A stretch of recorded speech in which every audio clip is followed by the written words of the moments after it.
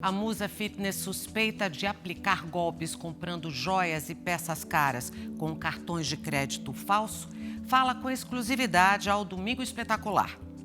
Ela está presa há 3 meses por tentativa de homicídio e alega que foi vítima de uma grande armação. A mulher que caminha pelos corredores do presídio feminino se chama Andréa Luciana Zaldi.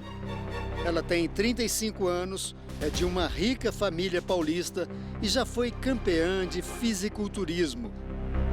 Mas se tornou conhecida através das páginas policiais. Começaram a me rotular como a musa do golpe. Reportagens minhas que a musa do golpe cometeu um estelionato disso, ou daquilo outro. Andréa foi presa no final do ano passado quando, segundo a polícia, tentava aplicar um golpe em uma joalheria em um shopping de São Paulo. O flagrante aconteceu no estacionamento. Ela estava nesse carro branco que foi abordado por alguns homens. Andréa acelerou e tentou fugir. Na saída, bateu em um carro que estava parado na cancela. Ela então deu ré, tentou sair pelo outro lado e atropelou um segurança que tentou contê-la. O homem teve fraturas nas pernas. A perseguição continuou pelas ruas próximas ao shopping, até que o carro dela foi cercado pela polícia. Andréa se rendeu e foi levada para a delegacia.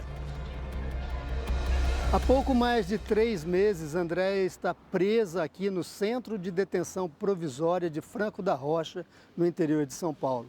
Ela aguarda julgamento por estelionato e tentativa de homicídio, mas nega todas as acusações. Diz que é inocente e, mais que isso, que é vítima de uma cilada preparada contra ela. Andréa admite ter praticado alguns golpes porque seria portadora de uma doença que a impele ao furto. Ela fez todas essas afirmações numa entrevista exclusiva, concedida aqui no presídio de Franco da Rocha. Para fazer uma entrevista na prisão é preciso seguir protocolos de segurança, rígida identificação. Todos os equipamentos passam pelo raio-x. O mesmo vale para as detentas. Andréa aguarda numa sala reservada. Está visivelmente tensa. Cabelos bem cuidados, unhas das mãos e pés bem feitas. Andréa justifica, diz que as colegas de cela a ajudaram a se preparar. Antes da prisão, Andréa era fisiculturista, praticava hipismo e tinha milhares de seguidores em redes sociais. A beleza e a boa condição social contribuíram para que ela se tornasse conhecida como Musa Fitness ou Musa do Golpe. Andréa tenta justificar alguns destes deslizes, como ela se refere aos golpes. Eu já estava em torno dos meus 14 ou 15 anos, mas eu passei por um diagnóstico de cleptomania. Doença que provoca um impulso incontrolável de cometer pequenos furtos. Eu tinha um transtorno ridículo meu, que era de ficar pegando esmaltes e guardando embaixo da cama. Aí um dia meu pai viu uma caixa e se assustou. Esmaltes onde? Esmalte, pegava em perfumaria, em qualquer lugar. Eu pegava, guardava, levava para casa e ficava lá embaixo da cama. Tipo uma coleção. E aí seu pai se assustou e... Se assustou e aí me levou para uma delegacia. Ele entrou na delegacia. Seu próprio pai? É, meu pai. Aí ele virou e falou assim: "Você tá vendo isso?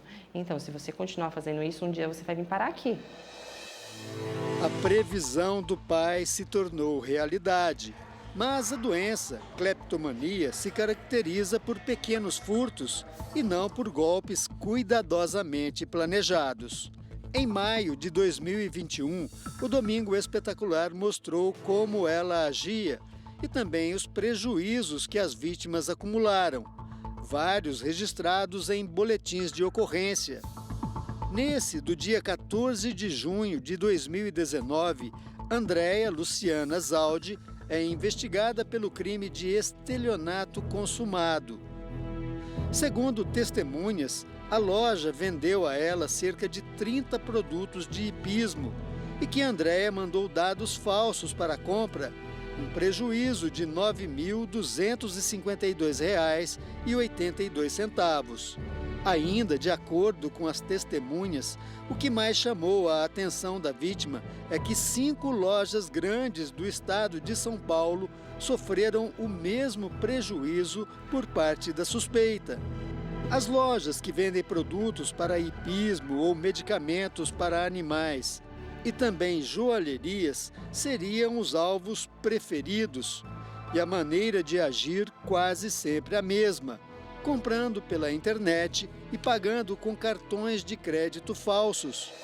Na época, Dona Sônia, que há quase 40 anos vende equipamentos de hipismo, disse que Andréia provocou um prejuízo de R$ 18 mil na loja dela.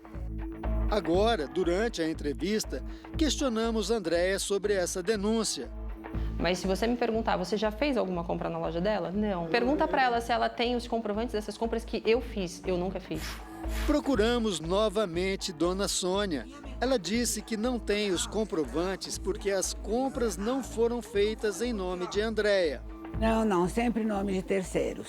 Como a dona da loja não tem os comprovantes de venda, nem registrou o boletim de ocorrência, agora está sendo processada por Andréia por denunciação caluniosa e difamação. Andréia pede na justiça uma reparação de R$ 100 mil. Dona Sônia está indignada. Aí vou ter que gastar com advogado, sabe? Eu que tive o prejuízo e ainda ela se acha certa.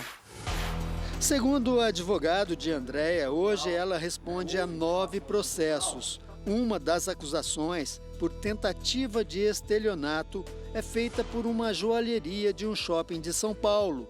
A loja acusa a Andréia de fazer pelo menos 10 compras usando comprovantes de transferências por Pix que jamais foram efetuadas.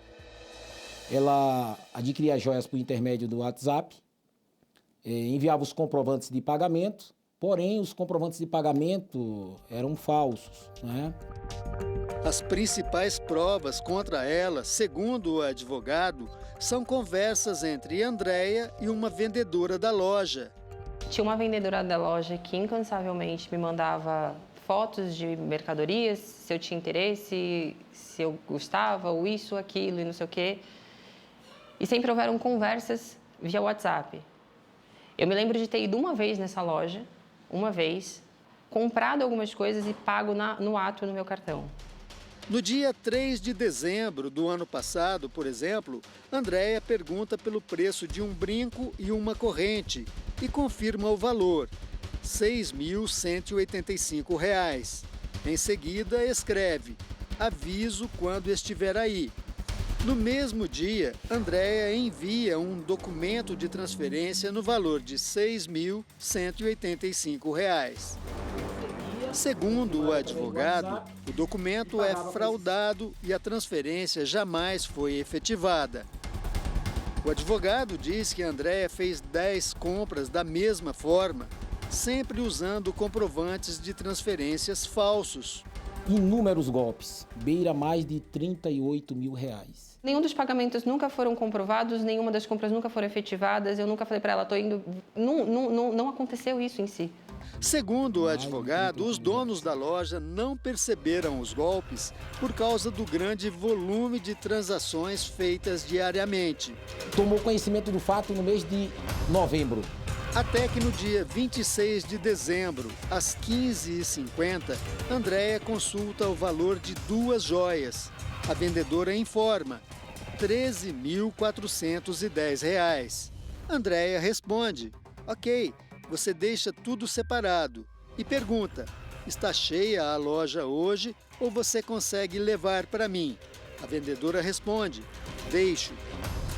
No mesmo dia, às 5h20 da tarde, Andréia chega ao shopping de carro. Foi no dia em que houve a fuga no estacionamento, o atropelamento do segurança e a prisão da fisiculturista. Agora, o advogado dela diz que teve acesso a novas imagens do estacionamento que, segundo ele, comprovariam a inocência de Andréia. As cenas foram cedidas por ele. Você consegue identificar que houve uma tentativa de emboscada e que houve uma premeditação e uma construção de um flagrante. Andréia chega nesse carro branco. Ela segue em frente e para, como se esperasse uma vaga. 5 minutos depois, um carro prata entra no estacionamento. Repare que uma moça de camiseta branca caminha ao lado dele. Ela é a funcionária da loja com quem Andréia trocou mensagens. O carro prata para ao lado de Andréia. A funcionária dá a volta e vai até a porta do motorista. A moça de branco faz a menção da entrega da sacola, não entrega a sacola. Andréia não pega e, nesse momento, um homem sai do carro e vai em direção a ela. Quando aconteceu isso, a minha primeira reação foi acelerar o carro, porque eu não sabia, não tinha distintivo de polícia, não estava fardado, não era segurança do shopping, porque não tinha nenhuma roupa de shopping. Na minha cabeça eu falei, vão me assaltar ou me sequestrar. Eu acelerei o carro e saí. Andréia acelera e sai em alta velocidade. Outro homem corre a pé atrás dela. E eu só ouvi um disparo de tiro. Foi o primeiro disparo de tiro que eu ouvi. As imagens mostram que, nesse momento, algumas pessoas se abaixam, outras correm. Você observa que, além das pessoas ao lado direito que se abaixam justamente para se proteger de estilhaços ou de algum tiro-rebote, existem 2 funcionárias do shopping que também saem correndo, estão de laranja, inclusive. Esses disparos não atingiram o veículo de Andréia. No boletim de ocorrência não existe nenhuma referência a tiros. O advogado diz ainda que, na saída, Andréia atropelou o segurança porque o carro prata continuou a perseguição. Ele alega também que o segurança teria apontado uma arma para Andréia. O segurança saca uma arma, apunha contra a Andréia. Na sequência, ela tenta sair pela esquerda, não consegue sair pela esquerda. O segurança tropeça na moto, cai e é nesse momento em que ela passa por cima das pernas do segurança. A imagem não deixa claro que o segurança está armado e aponta para Andréia. Procuramos o shopping para saber se os seguranças andam armados, mas, em nota, eles apenas responderam que não comentam casos em investigação. O segurança teve múltiplas fraturas nas pernas e até hoje não voltou ao trabalho. Também procuramos o segurança atropelado. Ele e a defesa não quiseram se pronunciar. Andréia, por sua vez, diz que não viu o segurança. Em momento algum, eu me recordo de ter atropelado o segurança. Em momento algum, porque eu dei ré e fiz tudo para desviar dele. Se fosse para eu atropelar, eu tinha atropelado da primeira vez. Eu nem vi. Com base nas imagens, o advogado entrou com o habeas corpus pedindo para que Andréia fosse libertada. O pedido foi negado pela Justiça. A juíza que cuida do caso afirma que, por hora, não é possível comprovar, por meio das filmagens das câmeras do circuito interno, a versão de que a ré agiu em legítima defesa. O advogado diz que vai recorrer ao Superior Tribunal de Justiça. A Justiça ainda não definiu se Andréia vai ser julgada pelas acusações de tentativa de estelionato e tentativa de homicídio. Isso deve acontecer nas próximas semanas. Até lá fica a pergunta: culpada ou inocente?